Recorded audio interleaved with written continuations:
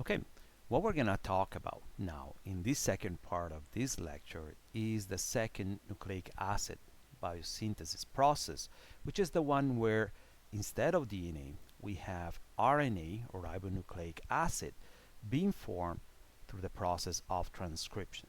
So, what we're going to start with here is the step. But before we talk about that, I want to make clear one thing. We always talk about transcription as a process regarding protein coding genes, so leading to the formation of messenger RNA. But what we're going to be discussing here in reality applies to the formation of all RNA molecules. So this would include also transfer RNA, ribosomal RNA, microRNA, and so on. So this process, this step we'll describe are similar for all these coding units, okay, with minor differences. Here we focus again only on the protein coding genes, but again, keep in mind transcription refers to all of these processes. Now, these different types of RNA can be produced by the same or different polymers depending whether you talk about prokaryotes or eukaryotes. So in prokaryotes, all of these genes, whether they lead to the formation of transfer RNA, microRNA, ribosomal RNA, they are all transcribed by the same RNA polymers, only one of them. Whereas in eukaryotes, you have multiple different types. When it comes to protein coding genes, we'll be talking about RNA polymers 2. Okay. When it comes to tRNA and one of the 4 ribosomal RNAs that are produced in eukaryotes, at this point you will be talking about RNA polymers 3. And then when it comes to all the other ribosomal RNAs, you're talking about RNA polymerase 1. Here again, we'll talk about the process regarding protein coding genes. So what are we talking about? First of all, when we talk about protein coding genes. So these are short sequence of DNA, and I say short compared to the whole sequence of the genome. Keep in mind that if you put all the protein coding genes together, you account for only 1 to 2% of your whole genome. Alright, so very, very small sequences overall compared to the whole genome. You have about 30,000 just in the human genome of them, but again, very, very short ones. And these are sequences that they give origin to proteins. Okay. Now, when it comes to the whole gene, there is only one part that really gives origin to the protein sequence. This is referred to the RNA coding gene sequence, which is the one that is actually copied into the precursor mRNA when it comes to eukaryotes. Together with that, though, you have also for each protein coding gene, you have also 2 regulatory sequences. You have one which is called the promoter, as the word says, is the one that promotes the transcription of the RNA coding sequence. It's always upstream of the RNA coding sequence, and that's the one responsible, you see later on, to recruit the RNA polymers. And then downstream, so at the end of the RNA coding sequence, you have another regulatory sequence, which is the terminator sequence, which signals the RNA polymers that it's done copying the DNA into the RNA. Okay. Altogether, the promoter, the RNA coding sequence, and the terminator are referred to as the transcription unit. Now, the overall process of transcription, what is it? Well, is that process we said before where the information that is present in the DNA is transferred to a complementary RNA strand, whether it's a tRNA, mRNA, and so on. In our case, we're talking about mRNAs ultimately. These, first of all, this information, since the DNA is double-stranded, is copied only based on one strand, which is referred to as the template strand. Now, this is done by RNA polymers. Like DNA polymers, RNA polymers, they work only in the 5' to the 3' direction. So they can form a strand growing only in this direction, 5' to 3', so they can add the next ribonucleotides only to the hydroxy group found in the 3' of the previous ribonucleotide. Because of that, obviously, since they can get a strand to grow only in the 5' to 3' direction, what it means is that in the RNA coding sequence, what they're really copying is the 3' to the 5' template strand.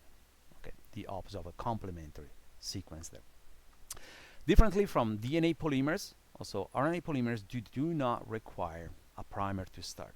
They can start out of nowhere. They don't need to add the first nucleotide to any hydroxy group. They can start with that. And they start at what is called the transcription start site, which is labeled in a transcription unit as the +1. It's the first nucleotide being copied by the RNA polymers. Now, what are the steps of the transcription of protein coding genes? Well, we can conveniently, again, there's always a convenient way to divide the steps into 3 parts. But as with DNA replication, this can be divided into 3 steps. You have first step, initiation.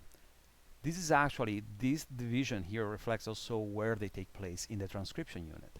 So initiation takes place at the promoter level. This is when the RNA polymerase gets recruited to the transcription unit. It's an important step. Again, as we said, the protein coding sequences are very short compared to the whole genome, right? They correspond only to 1 to 2% of the whole genome. You don't want the cell to waste the energy, start transcribing the whole genome into RNA just to make proteins. You want the RNA polymerase to focus only on what's necessary. And that's the point of the promoter, is the point of initiation. The RNA polymers get recruited exactly when it needs to be at that time, exactly right before the sequence that has to be copied. The sequence, so the RNA coding sequence, get copied through the second step, referred to as elongation, and then everything ends at the terminator sequence, which is where the RNA, the newly synthesized RNA, and the RNA polymerase gets released at that point right there. Now, these are the 3 steps. They're found both in prokaryotes and eukaryotes. In eukaryotes, all of these steps usually do not lead to a final mature RNA. But there are additional steps on top of that which are referred to as post-transcriptional modifications, which you'll see. We'll talk about that later on.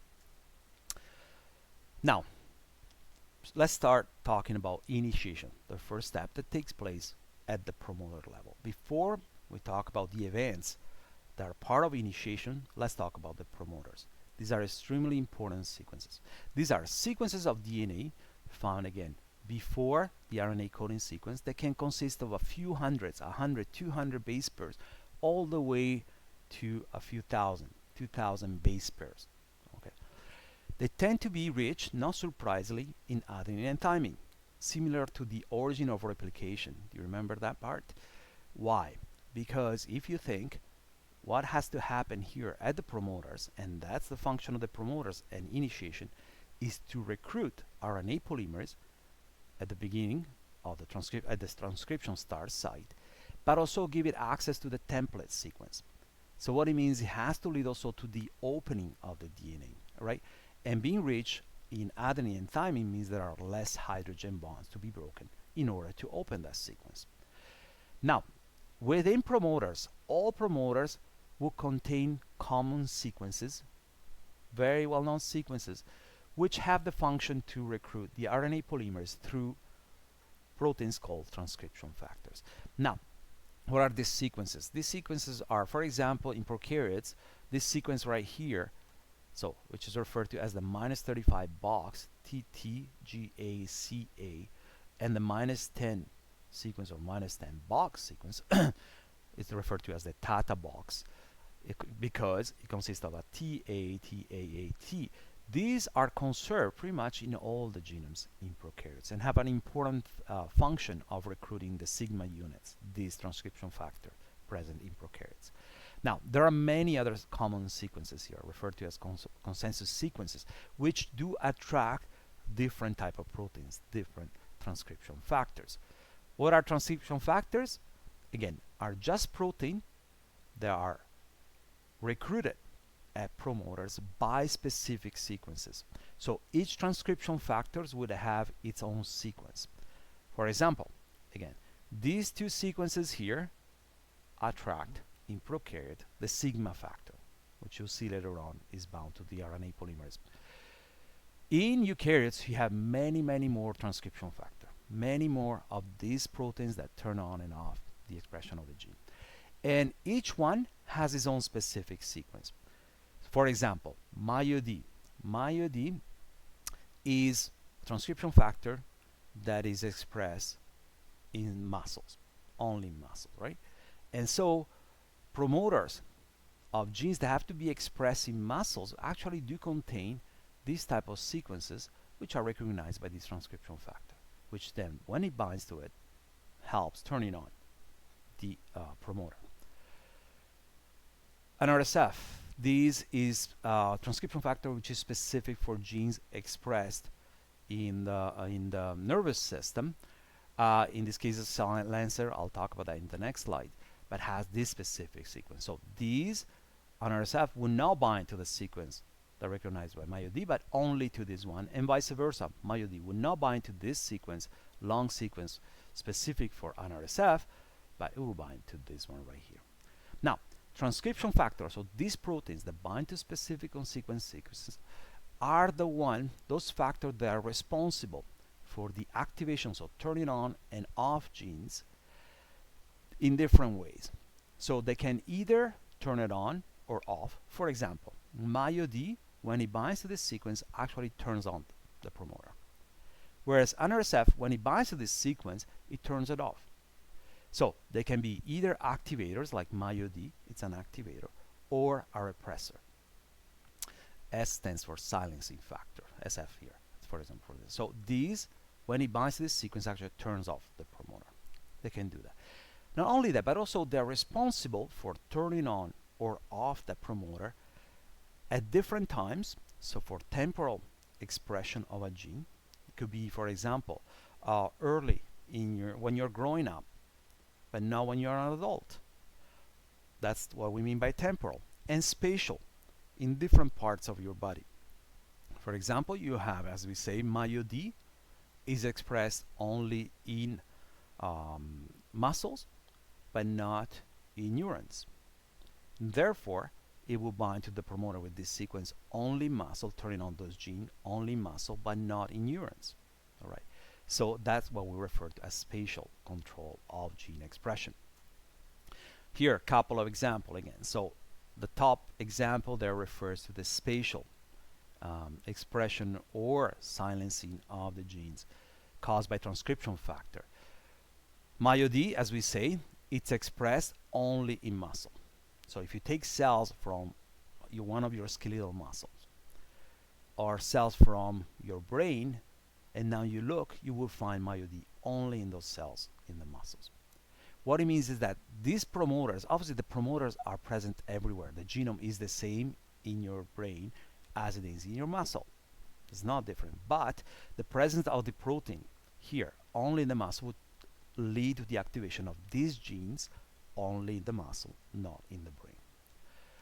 The opposite is with the neuron restrictive silencing factor, or NRSF, the one I was mentioning before, which is a silencer in this case. So now, again, the genes with the sequence recognized, so this sequence right here, will be present in all the tissues, right? However, when NRSF binds to it, silence this gene. So what it means is that now this factor, to make the gene specific to be expressed in the neuron, since it silences, represses these genes, it will be expressed in all tissue but neuronal tissues. So if you take the same muscle, the same neurons that you analyzed before for MyoD, this factor here will be expressed in the muscle and not in the neurons. So the promoters that are present everywhere, muscle neurons, will be bound by the NRSF only in the muscle, and therefore the silencing of these genes, which are necessary for neurons, would take place only in the muscle, not in the neurons. This gene will be expressed in the neurons, not in the muscle. These are two examples of how the spatial activation of genes is caused by these transcription factors. I mentioned before that transcription factors are responsible in eukaryotes also for the temporal activation of genes, meaning when these genes are turned on and off. One example is OCT4. It's a very well-known gene in terms of early embryo development.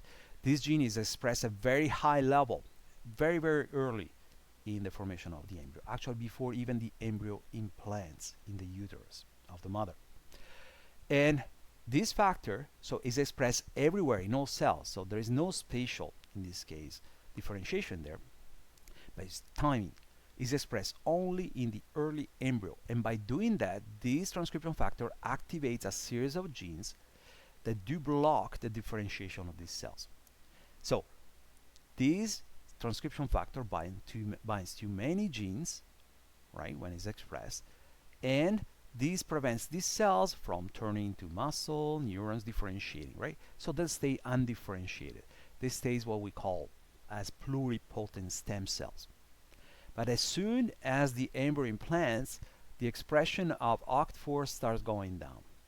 And by doing that, now you don't have the activation of these genes anymore, and therefore the cells will start differentiated into the specific tissues that they have to differentiate. They will start becoming tissue-specific stem cells first, and then producing the specific cells that then lead to the formation of the mature embryo, right, where you start seeing all the other parts. Right.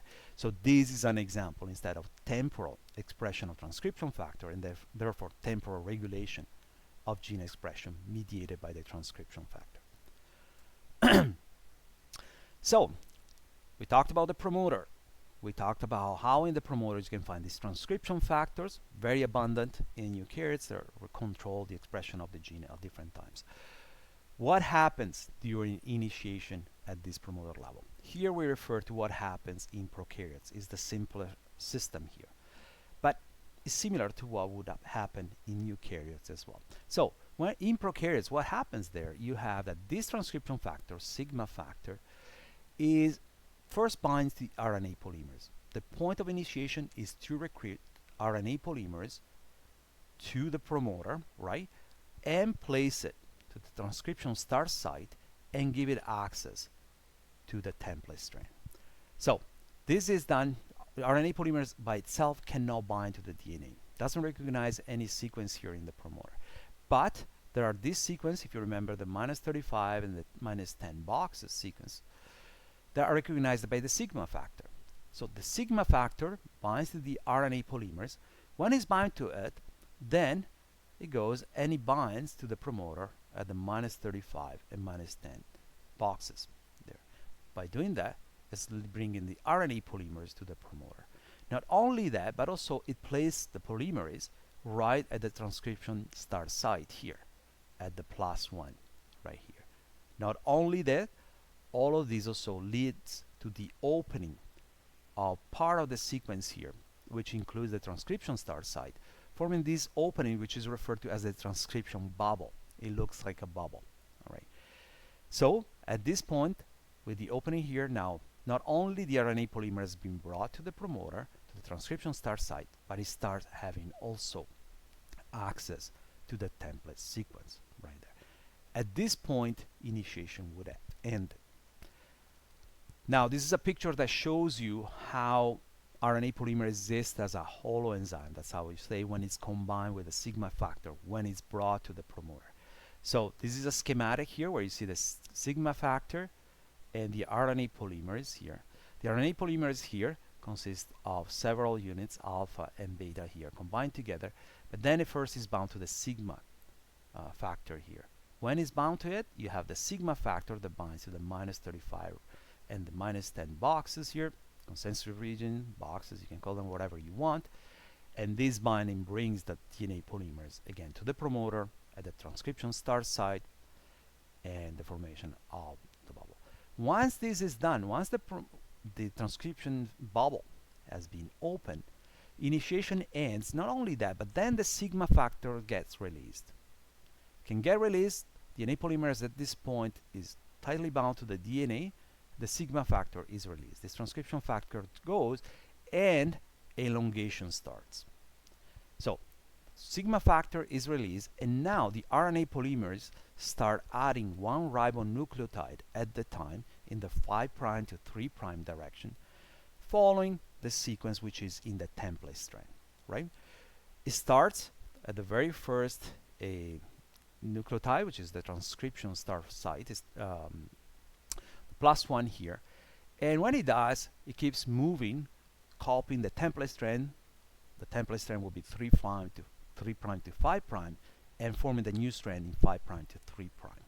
When it moves now, first of all, the tension I had, obviously this leads to the movement of the transcription bubble. So this opening right here will looks like it's moving through the RNA coding sequence here. What it means, practically speaking, is that this opening is closing behind the RNA polymers and opening it up in the front. Now, this can cause some tension in the DNA, similar to when you have the formation or the unwinding of the DNA in DNA replication, and this is prevented by topoisomerase acting both after the RNA polymers and before the RNA polymers. But by doing that, basically you have the transcription bubble through elongation with RNA polymers moving through it following the RNA coding sequence. And by doing that, it's polymerizing ribonucleotide and forming the new RNA. And this keeps going, so the bubble moves, RNA polymerase moves with the help of the activity of topoisomerase, releasing the tension there, until the RNA polymers reaches what we call the termination sequence. This is the sequence right after the RNA coding sequence. And this, as the word says, it's where transcription terminates, ends. How does it terminate? Well, there are different mechanisms depending on the gene. In some cases, there are proteins involved, the rho proteins, which binds to this sequence, and when they do that, they cause ultimately the release of the RNA polymerase and the RNA, the newly synthesized RNA. In other genes, some genes, you can find also these very unique sequences, which are the termination sequences right here, which have a very unique properties. If you see this will be the sequence in the DNA, in the termination sequence, in the transcription units. This is the RNA that is formed by RNA polymers once it goes through this termination sequence. Now, if you look carefully here, you will see that this RNA sequence here now, because of obviously the sequence in the DNA, will contain sequences which are complementary to each other. If you read this sequence in this direction and this in the opposite direction, you see that they are complementary. There is a cytosine here, guanine here, guanine, cytosine, and so on. What it means, practically speaking, is that now this sequence of RNA, which then also contains a series of uracil, why do you need this stretch of uracil here? It's because these will be very weakly bound to the DNA, the complementary DNA, the template DNA. So now you have that these antiparallel sequences here would bind to each other, forming what is called a hairpin, this structure right here. They bind to each other, so they have a partial double helix here with a loop in between. And the formation of this actually pulls the RNA away from the template DNA. And this, combined with the very uracil-rich sequence right here, causes ultimately the release of the RNA and the RNA polymers as well from the template strand. So at this point you have the RNA polymers release, and this causes the termination of the transcription. So we went through the 3 steps: initiation at the promoter, the copying of the template sequence through elongation, and then we talked about termination. Now, after these events, if you're talking about prokaryotes, you're basically done. The RNA that's been produced is ready to be translated at the ribosome into a protein. And this sometimes takes place also at the same time while transcription is taking place. You already see ribosome translating the same RNA. The reason being that their genes are simpler. There is no separation, right, between the ribosome in the cytoplasm and the DNA within a nucleus. There is no nuclear membrane there. In eukaryotes, the situation is different. The RNA that is produced by transcription is not mature. It needs some modification before it gets actually moved from the nucleus into the cytoplasm where it can be translated. These changes are referred to as the post-transcriptional modifications in eukaryotes. That's exactly what we're talking about here. Well, if we look at the structure now of a eukaryotic gene here, you will see that there are different things. First of all, things that are also shared, found in in prokaryotes as well. So if you look at the RNA coding sequence, you will see that at the beginning and at the end of this sequence here, there are regions which then will be found in the RNA as well that do not contain the information for the protein. These are referred to as 5 prime, so the one at the beginning, or 3 prime, the one at the end, untranslated region, or 5 prime, 3 prime UTR. And then you have the sequence that do contain the codons that lead to the formation of the proteins, the translation into protein. However, the difference here is that in prokaryotes, these codons will be all continuous. Once you start, you go from the beginning to the end. In eukaryotes, instead, within these protein coding sequences, referred to as exons, you have sequences that do not produce any, that don't contain codons, and they are referred to as introns. So this sequence will have to be removed, and the exons have to be joined in order to produce a fully sequence that can be translated into a protein. So what are the modifications that happen in eukaryotic mRNAs? I already anticipated one, which is the removal of those introns. Is referred to as intron splicing. Together with that, you have also a modification that takes place on the 5 prime at the very beginning of the precursor mRNA, which is what the RNA that's being just formed from transcription, which is still immature, is referred to as a precursor mRNA. So it has to be modified on the 5 prime by adding a cap. The introns get removed, and also the 3 prime end gets modified by adding a poly A. So what are these? Going into more details here. So what happens at the 5 prime here of the eukaryotic precursor mRNA? Well, you have that here a modified version, basically a reverse version of guanosine, which is also methylated here, so it's referred to as 7-methylguanosine. It's attached to the 5 prime. So it's reversed. You can see this will be the first nucleotide here at the beginning of the 5 prime UTR, or untranslated region here. But now this gets attached. Normally these will be attached to this hydroxy group, but here now you have that the phosphate group gets attached here. So it's reversed, and it has this methyl group, 7-methylguanosine, is attached to the 5 prime end. What is the function of this? Is actually to make sure that this RNA can last for a longer period of time. It protects it from enzymes that otherwise would start degrading from this end. An immature precursor RNA in the cytoplasm will last fractions of seconds if it stays as is. This instead prevents the degradation from the 5 prime end. Further protection is caused at the 3 prime end as well. And this is done by removing some sequences here and replacing them with a long stretch of adenine. It's referred to as a poly A tail. So some of the RNA here in the precursor RNA is cleaved out, is cut out, and replaced by this poly A. This is also a protection sequence as well. Protects from degradation from the 3 prime end. Again, at this point you have the RNA that could last longer within the cytoplasm. Also, by the way, I forgot to tell you that the 5 prime also helps with the recognition by the ribosomes. Then the last modification, so past the 5 prime capping, 3 prime capping, is the removal of the introns.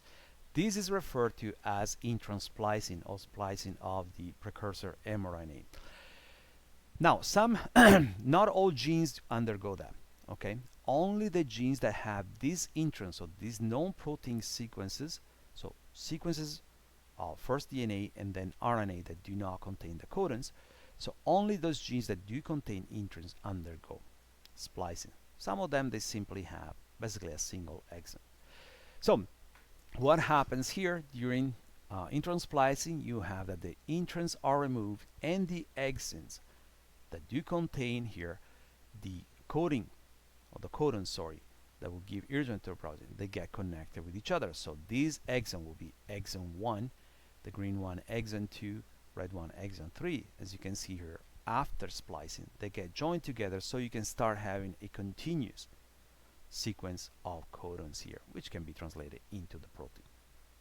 How is this done? Well, there are different mechanisms through which it's done. Most common mechanism is through the help of what are called as NERPs. So these are complexes referred to as small ribonucleoproteins. They're complexes of small nuclear RNA and proteins combined together. There are complexes here. What they do, they bind to the sequences at the beginning and at the end of the introns. By doing that, they cause the intron to form some sort of circle here, and then they cut both ends here and they join them together. With that, what you have is that the intron gets released from the precursor RNA as a circular molecule referred to as the lariat, and then now the two exons, which were before separated by the intron, find themselves joined together. That's the most common mechanism. Some RNA, though, they can actually self-splice. In this case, they're referred to as ribozymes. These are RNAs that have autocatalytic activity.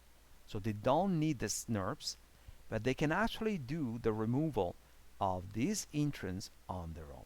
Now, there are different groups of ribosome, group 1 and group 2.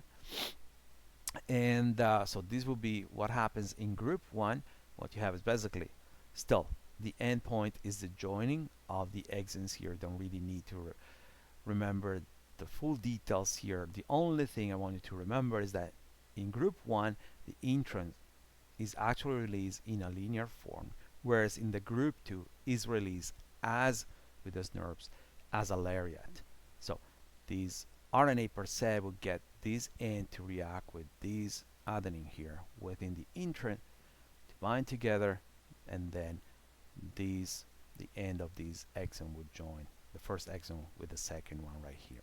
Okay, so but in this case there are no SNRPs involved. Is actually the RNA per se that acts on itself, removing the introns. This is one of the reason why, if you remember, I don't know if you mentioned actually the RNA world theory. There's this RNA world theory which basically says that at the beginning of life, in the very early form of life, all the information, the RNA was acting both as the genetic material, so there was no DNA at that point, but all the information would be contained in RNA, and RNA not only was acting as the genetic material, but was acting also as the enzymes. So proteins were not yet in charge of enzymatic activity, and this is one of the evidence that supports the capacity of RNA to act as enzyme as well. Now, when it comes to splicing, doesn't happen always in the same way in all genes. In some genes, you might have that actually different exons can be joined together in different combination, always in the same order. I mean, in that if an exon 1 will never be found after exon 2, will always be before exon 2, but it's possible that sometimes exon 2 can be skipped and exon 1 can join to exon 1.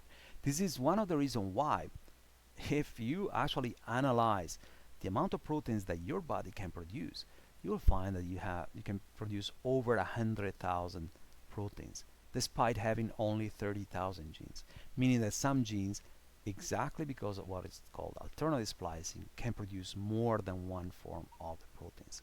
So here is an example of the tropomyosin gene. Now, this is the same gene, so the structure you see right here will correspond to the precursor RNA produced by the same gene. However, the way these precursor mRNA gets spliced in the smooth muscle, these are simpler type of muscles that are responsible for involuntary contractions, for example, around your blood vessels, making your blood vessels getting more constrict.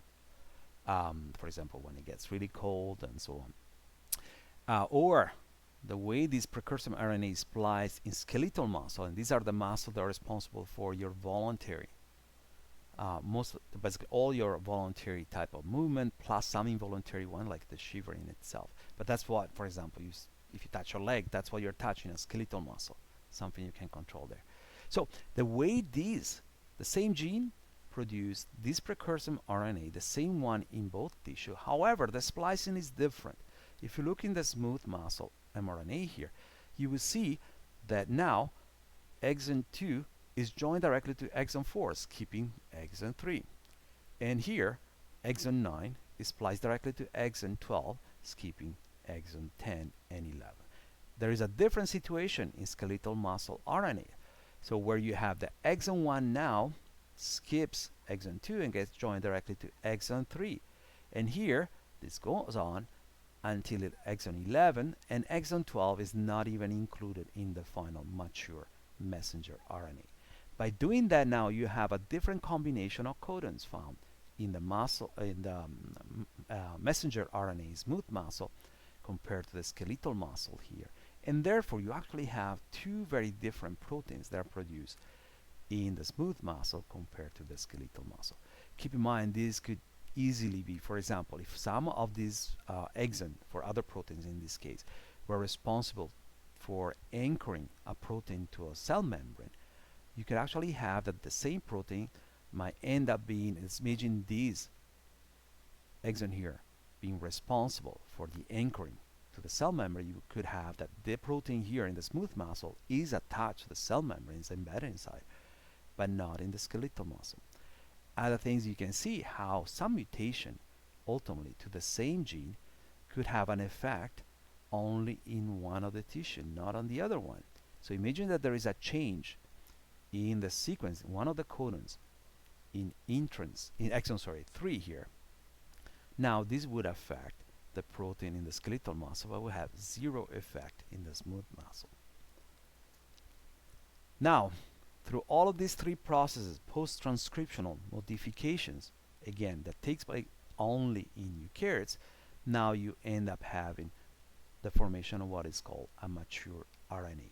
Now, these RNA will be finally transferred from the nucleus into the cytoplasm and will be bound by the ribosome and translated into a protein. Only in this region here, the protein coding sequence in between the 5' and 3' UTR, following what you already know based on biology, which is the genetic code. Finally, let's finish up this lecture talking about more unique processes of RNA biosynthesis, ultimately, that takes place in a specific group of viruses that have a genome which is now made by DNA, like ours, but is made by RNA. These are referred to as their RNA viruses.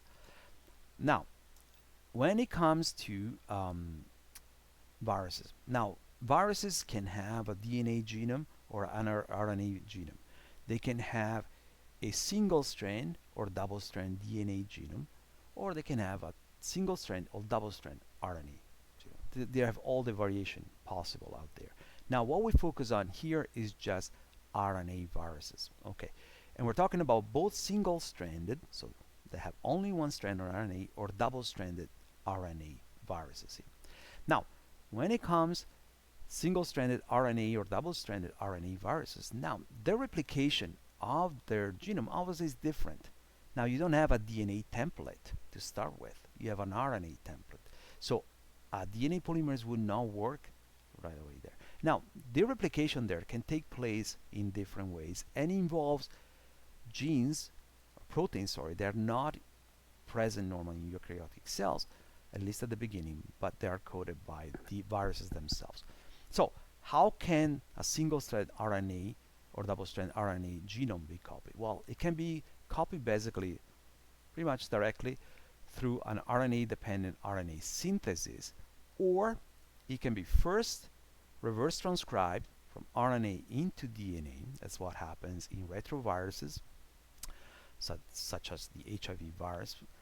And then from DNA, you have the usual transcription taking place, copying back the RNA genome that is necessary for the retrovirus to survive. So let's look at this model here.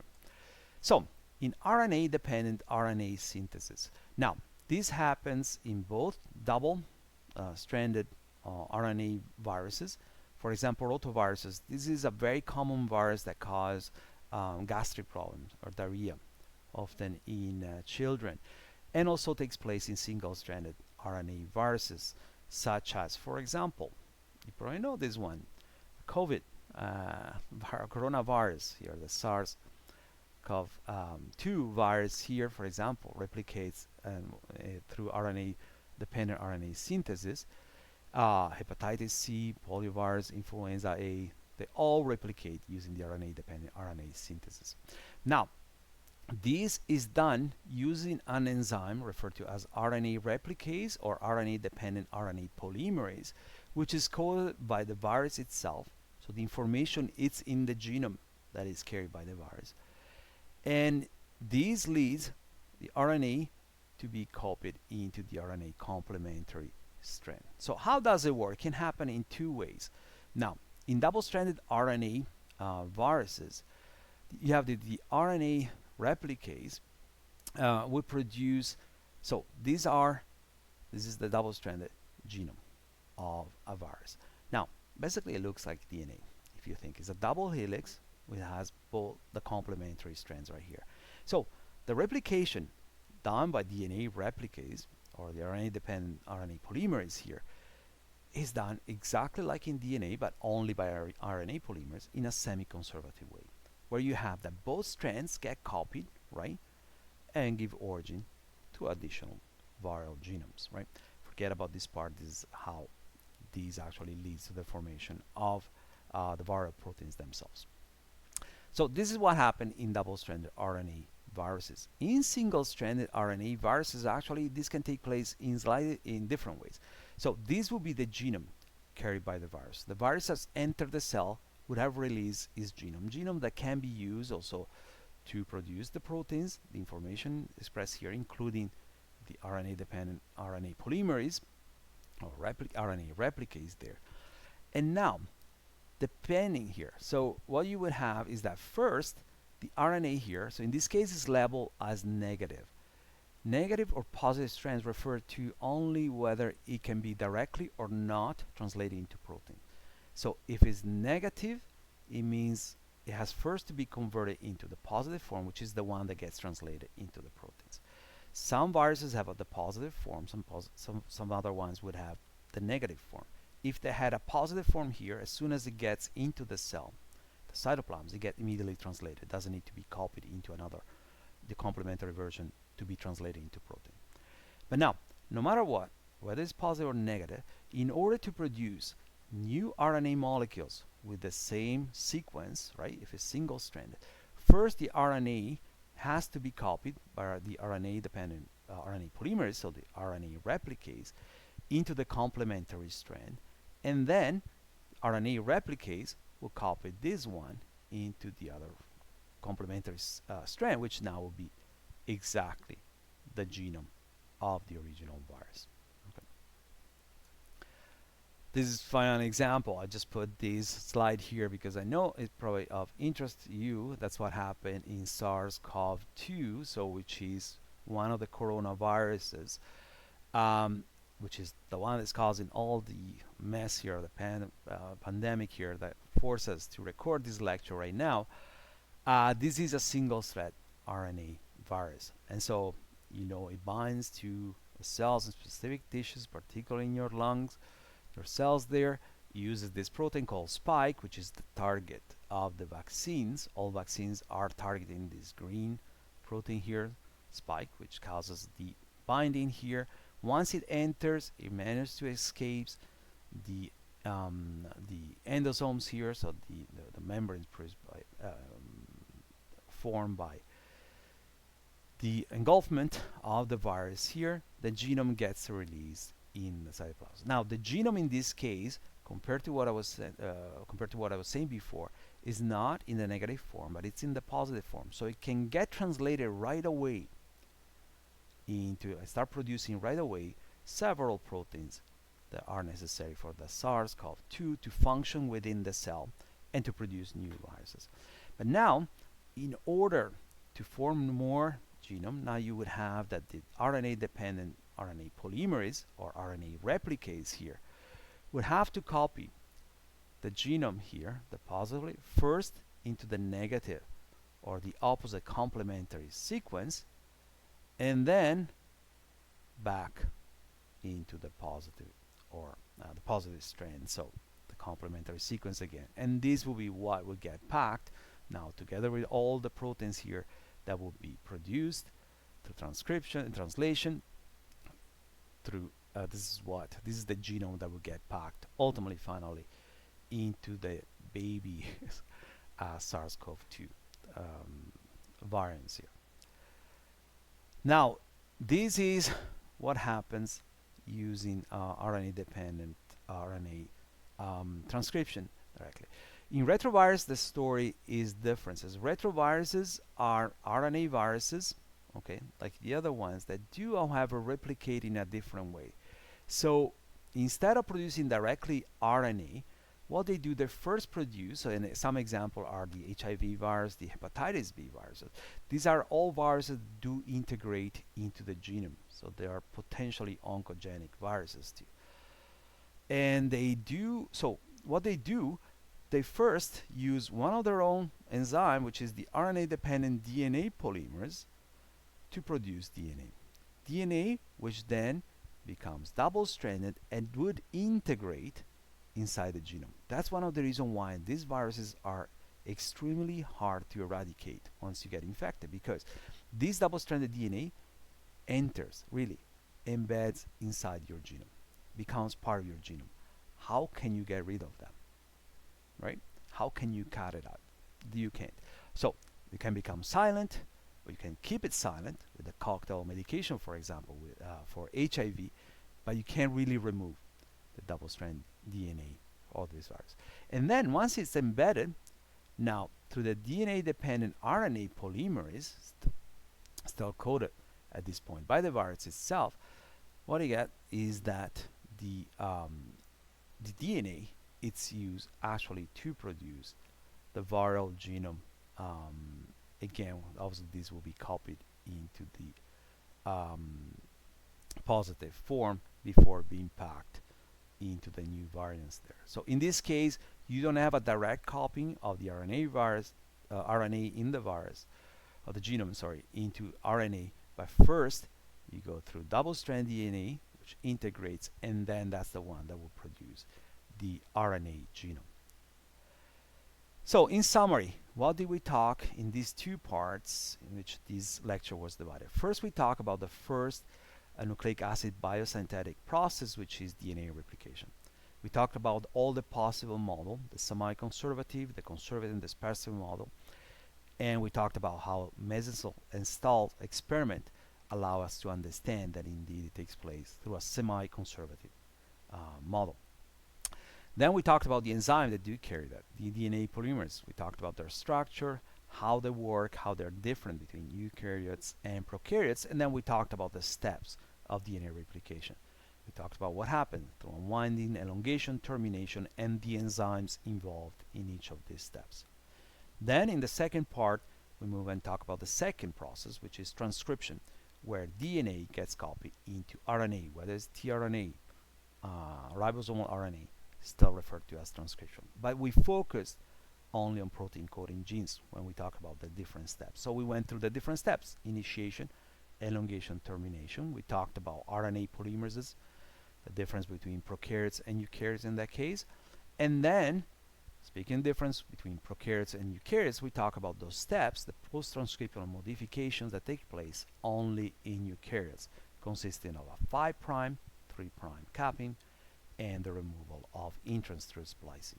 And then we finish up talking about a more unique way of replicating RNA genomes that takes place in RNA viruses. And so we talked about RNA-dependent RNA replications, where the RNA genome gets copied directly into RNA, or reverse transcription, where the RNA first gets copied into double-strand DNA, and then the double-strand DNA, it's used to produce the RNA genome of the virus.